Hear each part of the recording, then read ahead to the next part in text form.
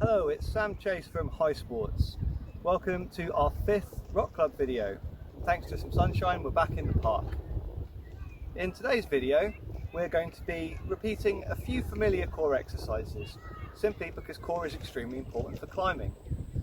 Your core, as a quick recap, the muscles that are kind of between your abdomen and the top of your legs, and they really integrate movement across limbs. In gymnastics, it's referred to a cross-lateral movement. A movement across the sides of the body is guaranteed to involve the core, and this is why core is extremely important for climbers, and we're going to be doing it every single week. But to make it a little bit more interesting, I've got some variations for you, particularly if you find some of the exercises more difficult. So we'll start out with some aerobics before we do our core. The first thing we're going to do is some very simple running on the spot, and I'm going to go for 30 seconds.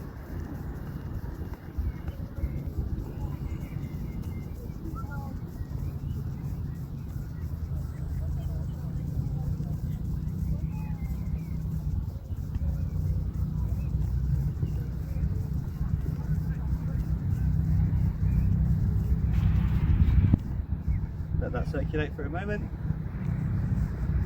Star jumps times 10. 3, 4, 5, 6. A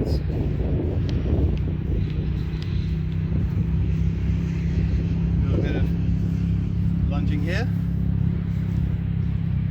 We need to do some aerobics before we start our core workout, just to make sure we're getting the blood going.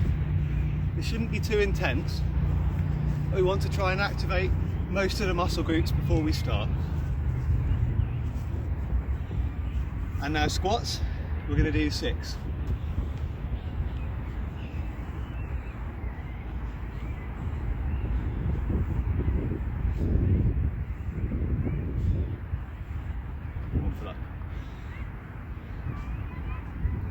So now we've warmed up a little, we can move on to some core.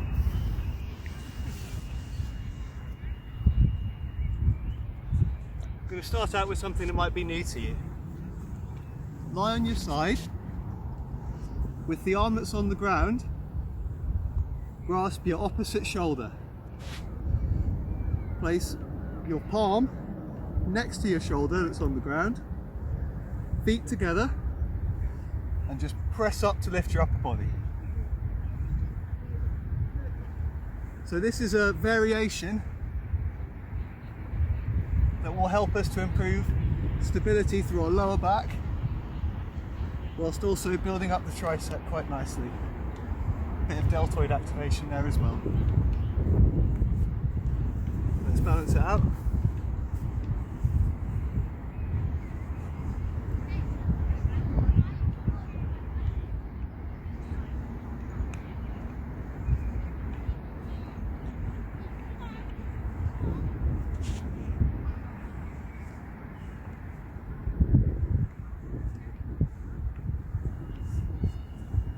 Let's stay on our side, and now let's look at the side plank. Now, if we can, we should aim for this form in our side plank, or even you can lift your leg up like so. But some people struggle with the balance. If you find it hard to balance, you can try initiating the plank just on your knee, or alternatively, you can move your feet a little bit further away from one another to help with the balance.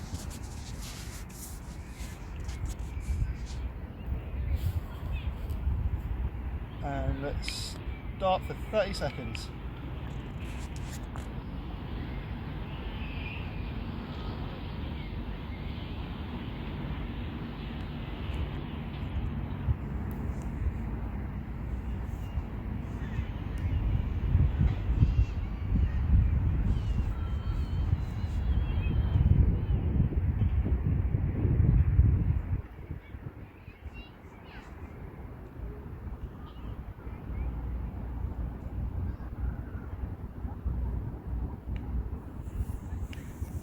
Opposite side, 30 seconds.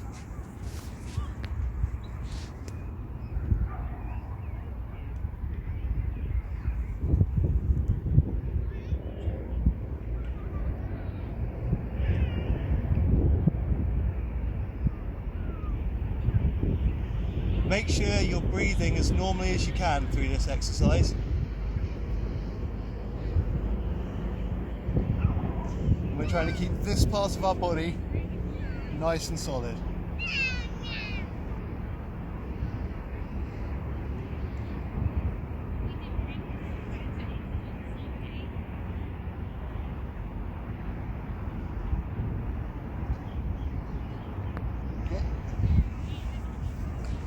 Sticking with the easier exercises, we'll go into some easier sit-ups. So we're just running our hands along the length of our body, just like so.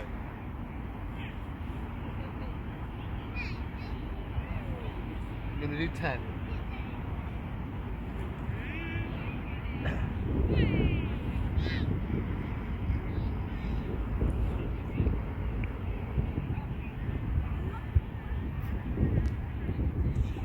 Easy push-ups.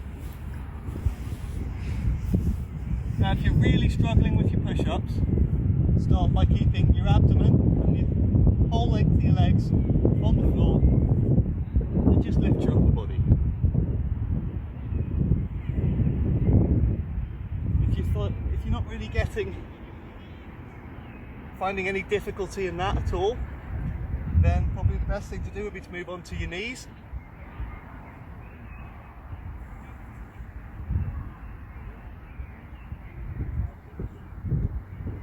And eventually onto your toes.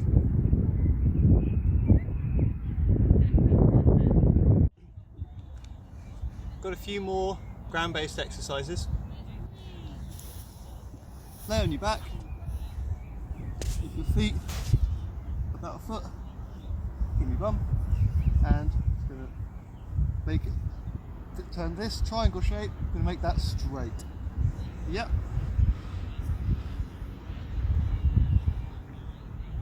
Again, it's going to be 10.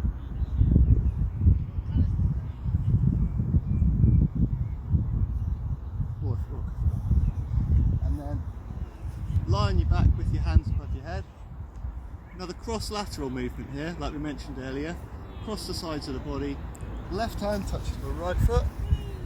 Right hand touches my left foot.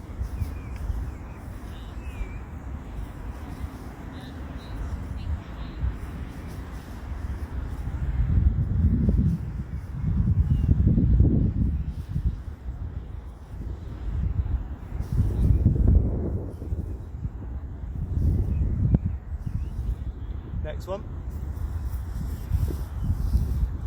Go into a press-up position and then stand up like so. So you're forming a bridge shape with your body. Now, left hand touches right knee, right hand touches left knee. If you find this a little bit too easy, you can touch your ankles instead.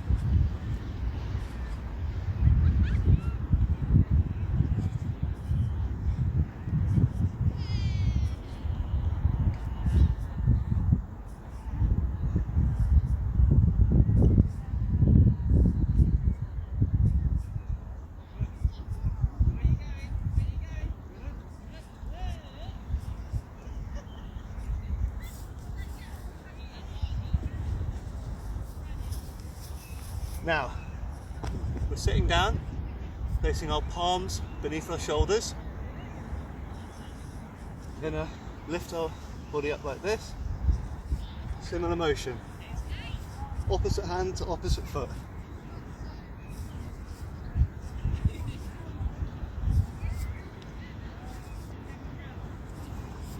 I'm no Joe Wicks, but we'll get through this together.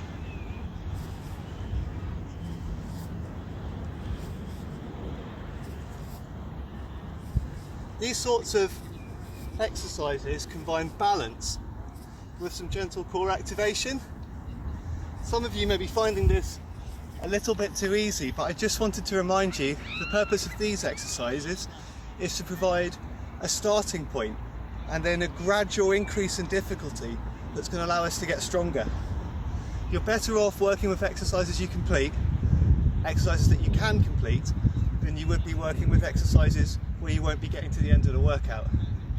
So have a go at these, I hope they help you. So we're back at home now, and it's time for a quiz. This week the quiz is going to be in picture format. What I'd like you to do is to take a look at the photos that I'm about to show, and in each photo there'll be a circle around the particular limb, and we want to know what technique is being demonstrated with that limb. Okay, so let's start with the first question. What's the technique being demonstrated? What's the technique?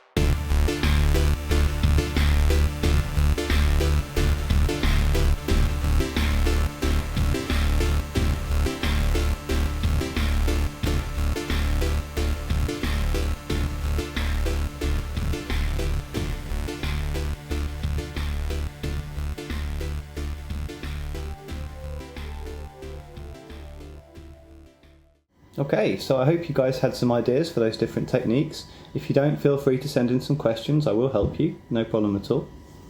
Now, we've got a few additional quiz questions. We'll take a quick moment to remember Joe Brown, the greatest British mountaineer of all time, arguably. So I've got a few questions about him and his life, because Joe Brown unfortunately passed away at his home in Llanberis earlier on this month. So lots of respect to Joe Brown. Questions I've got for you about him would be, first of all, where would you find the boulder problem Brown's Crack? So where would you find the boulder problem Brown's Crack? Second question, where would you find the Fisher Brown? I'll give you a hint, it's not in Britain. Question 3. Where in the world is Kanchenjunga? I know the pronunciation's a bit hard there, but if you start searching it on the internet, I'm sure Google will see you right on the spelling there. There's a few different spellings, but where in the world is Kanchenjunga? Question 4. Where in the UK is the traditionally protected route Cenotaph Corner? Question 5. A little bit of a story question here. Which famous UK climbers did Joe Brown and his friend Mo take to the Greater Ranges?